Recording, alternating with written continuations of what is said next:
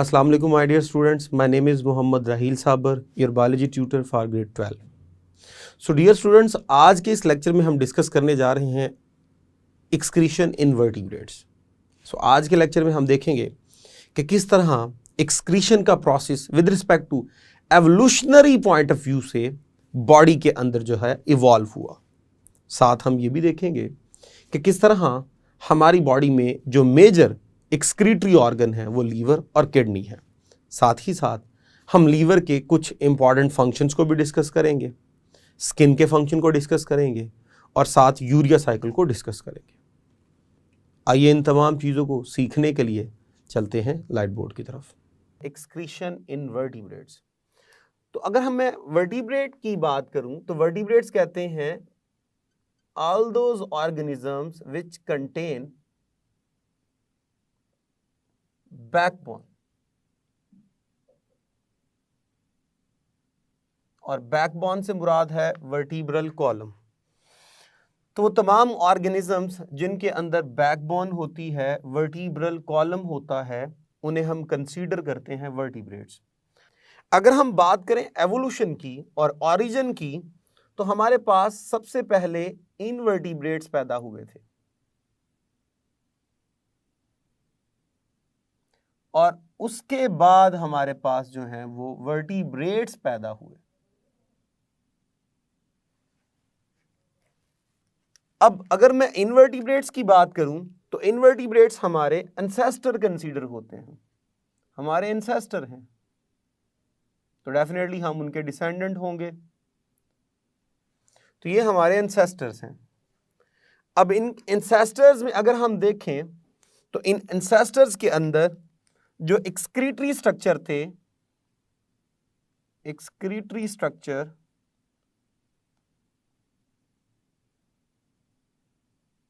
वो अरेंज थे segmentally. Segments में अरेंज थे. मिसाल के तौर पे जब हम बात कर रहे थे अर्थवर्म की, इन अर्थवर्म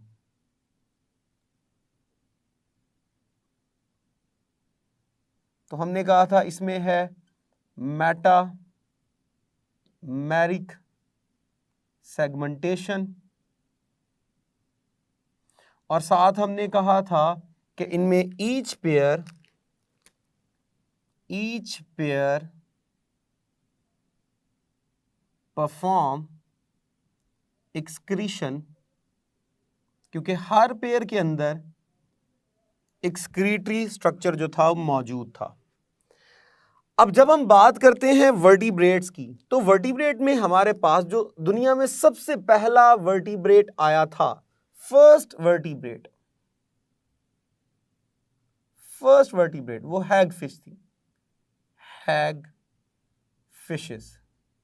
तो ये हमारे पास फर्स्ट वर्टिब्रेट है. अब ऐसा भी इसको कह सकते हैं कि hagfishes are the ancestor of other vertebrates. तो जितने भी हमारे पास वर्टिब्रेट्स हैं उन सब के जो हमारे पास फर्स्ट एंसेस्टर है वो हैगफिश है. तो हैगफिश के अंदर जब हम गए तो इसमें क्या हुआ, इस हैगफिश के अंदर किडनीज आर प्रेजेंट,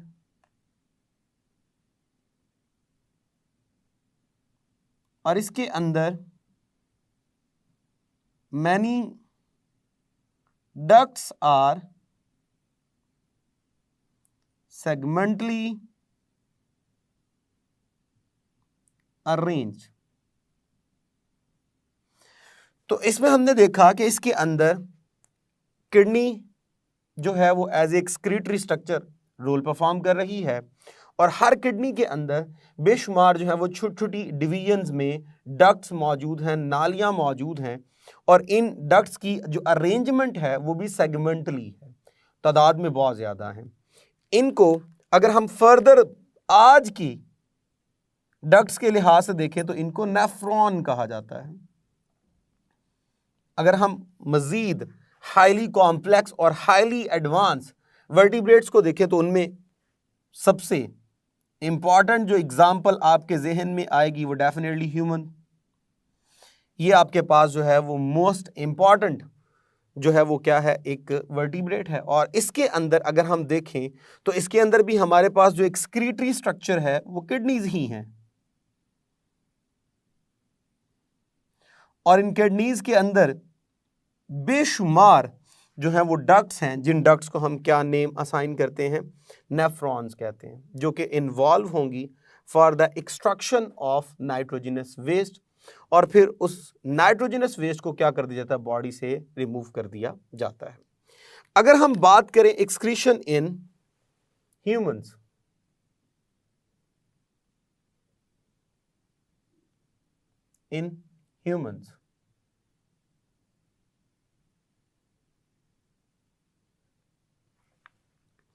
तो ह्यूमंस के अंदर जो एक्सक्रीशन है मेटाबॉलिक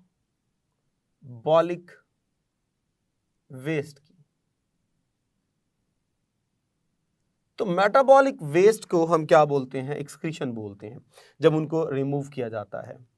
अब इन मेटाबॉलिक वेस्ट को अगर हम देखें तो हमारे पास मेटाबॉलिक वेस्ट में आते हैं अमोनिया,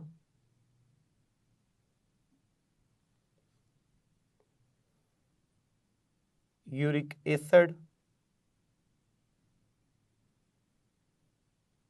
बिलिरुबिन,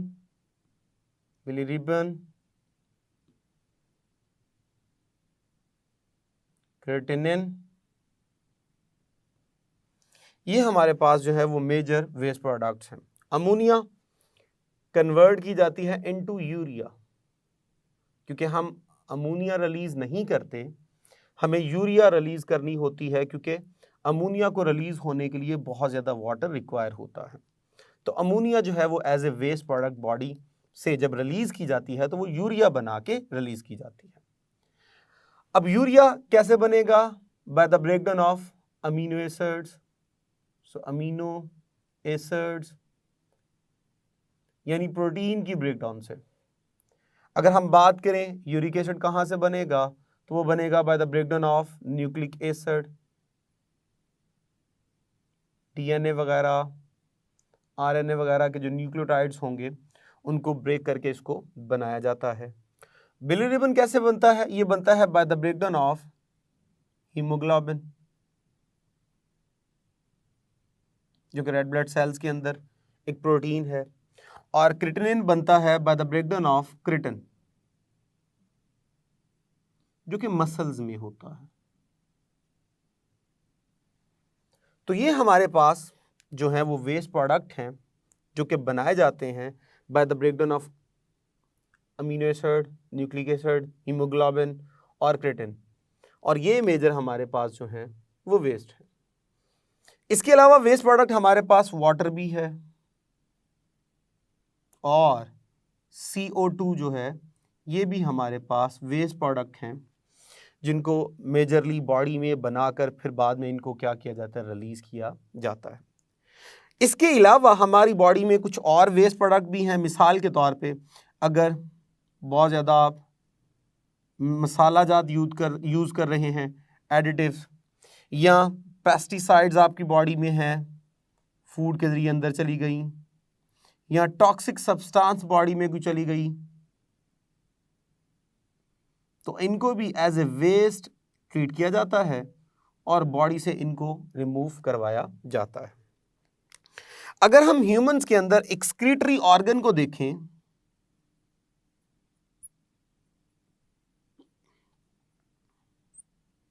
तो उनमें दो मेजर ऑर्गन्स हैं, जिनमें एक है लीवर और एक है हमारे पास किडनीज। ये हमारे पास जो है वो मेजर एक्सक्रीटरी ऑर्गन जो है वो कंसीडर होते हैं। आइए जरा डिस्कस करते हैं पहले लीवर को। Role of liver. तो अभी हमने कहा ये एक एक्सक्रीटरी ऑर्गन है, सो परफॉर्म करेगा रोल इन एक्सक्रीशन। तो ये एक्सक्रीशन में क्या करता है, रोल परफॉर्म करता है। अब ये किस तरह रोल परफॉर्म करेगा? इसका बहुत ही इंपॉर्टेंट फंक्शन ये होता है कि ये करता है ammonia, urea and uric acid formation. अब अमोनिया, यूरिया, यूरिक एसिड, ये तीनों की तीनों नाइट्रोजनस वेस्ट हैं जिनको बॉडी से रिमूव करना बहुत ज़्यादा ज़रूरी है। अब इनको रिमूव करने के लिए हमारी बॉडी के अंदर किडनीज होती हैं, तो बेसिकली इनको रिमूव करना किडनीज का काम है, लेकिन किडनीज को असिस्ट करना इसका काम है। तो इस तरह ये कम्युनिकेट कर रहा होता है हमारी किडनी के साथ और किडनीज को असिस्ट कर रहा होता है for the removal of nitrogenous waste. तो ये नाइट्रोजनस वेस्ट बनाकर किडनीज को सप्लाई करता है और किडनीज जो है वो बाद में उसको क्या करती हैं, वो ब्लड से एक्सट्रैक्ट करके रिलीज करती हैं। तो इस तरह इसका उनके साथ क्या होगा, रिलेशन होगा। अब किस तरह ये जो है वो नाइट्रोजनस वेस्ट बनाता है, बॉडी में जब प्रोटीन को ब्रेक किया जाएगा तो उससे बनाया जाता है अमीनो एसिड। अब सेलुलर लेवल पे जब अमीनो एसिड को ब्रेक किया जाता है तो उससे बनाया जाता है अमोनिया। अमोनिया बहुत ही ज़्यादा टॉक्सिक सब्सटेंस है और वो क्विकली डिसॉल्व हो जाती है हमारे प्लाज्मा के अंदर, बॉडी फ्लूइड के अंदर, और डेथ काज कर सकती है। सो उसको फौरन चेंज किया जाता है लेस टॉक्सिक सब्सटेंस में, जो कि है यूरिया या यूरिक एसिड। हमारी बॉडी जो है वो मोस्टली रिलीज करती है यूरिया। इस सेंस में हम अपने आप को कंसीडर करते हैं एज ए यूरियोटैलिक, यानी हम यूरिया रिलीज करते हैं। अब यूरिया बनाने का काम भी लीवर ही करता है by performing a specific cycle which is called as urea cycle. अगर हम उस साइकिल को देखें तो लीवर के अंदर ऑलरेडी जो रॉ मटेरियल पड़ा होता है उसे बोलते हैं ऑर्निथीन। ऑर्निथीन। अब इस ऑर्निथीन के अंदर ऐड किया जाता है NH3 अमोनिया प्लस CO2। तो हमारे पास जो कंपाउंड बनेगा उसे बोलते हैं सिट्रोलीन।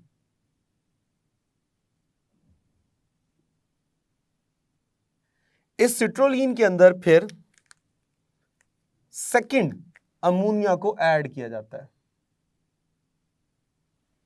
तो जो कंपाउंड बनता है उसे बोलते हैं आर्जिनोसक्सीनेट।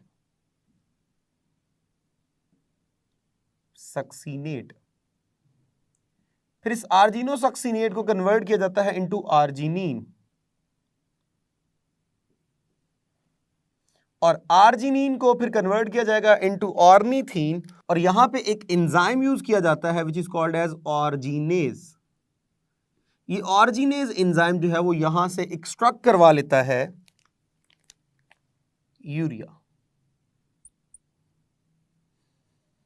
सो इसे हम बोलते हैं यूरिया साइकिल।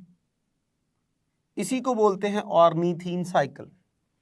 अब ये सारा जो फंक्शन परफॉर्म हो रहा है ये लीवर में हो रहा है।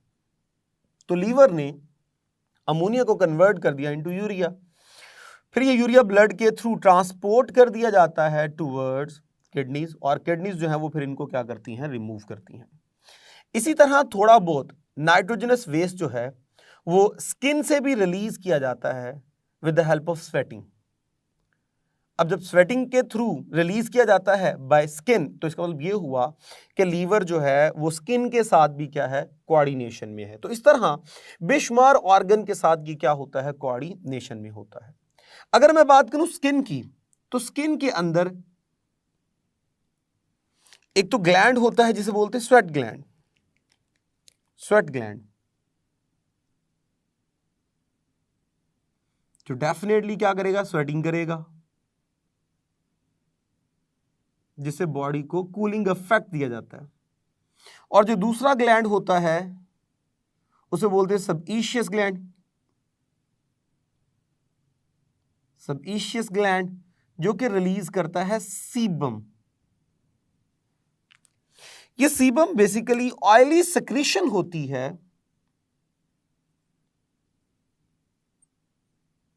स्किन के ऊपर, और ये स्किन को अच्छी तरह क्या कर देती है, वेट कर देती है। जिसका जो मेन मकसद होता है वो होता है माइक्रोब्स की इन्वेजन को रोकना, उनके अटैक को रोकना, उनकी पेनिट्रेशन को रोकना। तो वहां से माइक्रो ऑर्गेनिज्म जो है वो पेनिट्रेट नहीं हो पाते। तो इस सेंस में ये इम्यूनिटी में एक रोल परफॉर्म करता है, हमारी बॉडी के डिफेंस में एक रोल परफॉर्म करता है। और स्वेटिंग जब हो रही होती है तो उस वक्त वाटर रिलीज होगा और इसी के अंदर डिसॉल्व होकर कुछ अमोनिया, कुछ यूरिया भी क्या कर दिए जाते हैं, रिलीज कर दिए जाते हैं। अब चूंकि स्किन जो है वो अमोनिया और यूरिया रिलीज कर रही है which are the nitrogenous waste, तो इस सेंस में हमारे ज़हन में एक गुमान पैदा होता है, एक मिसअंडरस्टैंडिंग डेवलप होती है कि स्किन को हमें एक एक्सक्रीटरी ऑर्गन कंसीडर करना चाहिए, क्योंकि ये वेस्ट को क्या कर रहा है, रिमूव कर रहा है, जो कि नाइट्रोजनस वेस्ट है। लेकिन अगर हम मेन फोकस करें तो स्किन का जो मेन मकसद है वो मेन मकसद है स्वेटिंग करना। और ये स्वेटिंग हमेशा उस सूरत में की जाती है जब बॉडी को क्या प्रोवाइड करना होता है, कूलिंग इफेक्ट।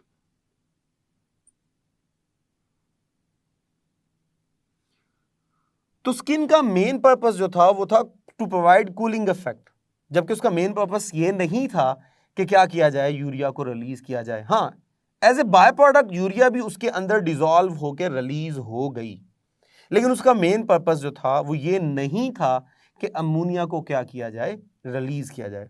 उसका मेन मकसद था कि सराउंडिंग में बहुत ज़्यादा गर्मी है तो सिर्फ और सिर्फ क्या किया जाए, बॉडी को एक कूलिंग इफेक्ट दिया जाए, ताकि बहुत ज़्यादा गर्मी के अंदर, बहुत हाई टेम्परेचर के अंदर बॉडी को कोई डैमेजिंग इफेक्ट ना हो। तो इस सेंस में ये हमारे पास थर्मोरेगुलेटरी ऑर्गन तो ज़रूर होगा,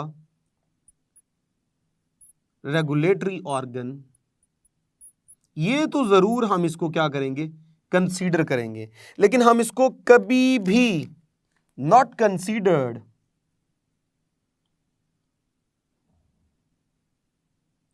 it as a osmoregulatory organ.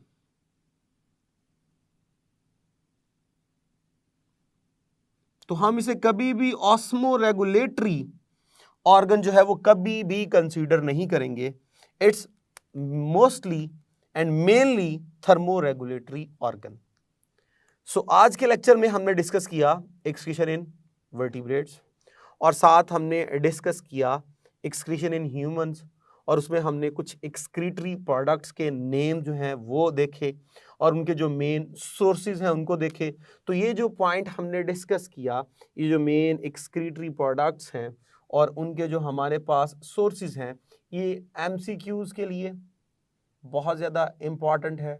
तो आपको मालूम होना चाहिए कौन सा वेस्ट प्रोडक्ट जो है वो किस से बन रहा है। उसके बाद हमने रोल ऑफ लीवर पढ़ा, तो रोल ऑफ लीवर के अंदर ये जो यूरिया साइकिल है ये बहुत ही इम्पॉर्टेंट एक शॉर्ट क्वेश्चन है। तो ये शॉर्ट क्वेश्चन जो है वो हमें मालूम होना चाहिए। यूरिया साइकिल की प्लेस कौन सी है, लीवर है, ये भी आपको as a MCQ point of view से आपको याद होना चाहिए। इसी तरह what is the role of the sebum या what is the role of the sebaceous gland, ये भी जो है वो रोल आपको पता होना चाहिए एज ए शॉर्ट क्वेश्चन। तो इस तरह इस टॉपिक के अंदर जो मेन MCQs के पॉइंट थे और जो शॉर्ट क्वेश्चंस के पॉइंट थे वो भी मैंने आपको डिस्कस कर दिए। सो डियर स्टूडेंट्स, हमने डिस्कस किया एक्सक्रीशन इन वर्टिब्रेट्स। ये जो टॉपिक हमने डिस्कस किया ये सारे का सारा ऑब्जेक्टिव पॉइंट ऑफ व्यू से बहुत इंपॉर्टेंट है। आपको ये याद रखना है कि वर्टिब्रेट्स की डेफिनेशन क्या है। आपको ये याद रखना है कि जो हायर वर्टिब्रेट्स हैं उनमें जो मेजर एक्सक्रीटरी ऑर्गन है वो बेसिकली किडनी है और लीवर है। साथ ही साथ लीवर क्या फंक्शन परफॉर्म करता है, जैसे हमने डिस्कस किया कि बहुत ही इम्पॉर्टेंट जो वो परफॉर्म करता है वो करता है अमोनिया, यूरिया और यूरिक एसिड फॉर्मेशन। ये टॉपिक जो है वो आपको ऑब्जेक्टिव के लिए याद करना है। साथ ही साथ हमने डिस्कस किया कि स्किन जो है वो मेजरली थर्मोरेगुलेटरी ऑर्गन है, वो ऑस्मो रेगुलेटरी ऑर्गन नहीं है। ये भी आपको ऑब्जेक्टिव के पॉइंट ऑफ व्यू के लिए यानी शॉर्ट क्वेश्चन के पॉइंट ऑफ व्यू से याद करना है। सो अब तक के लिए इतना ही, इजाज़त दीजिए for next lecture. Thank you very much. अल्लाह हाफिज़।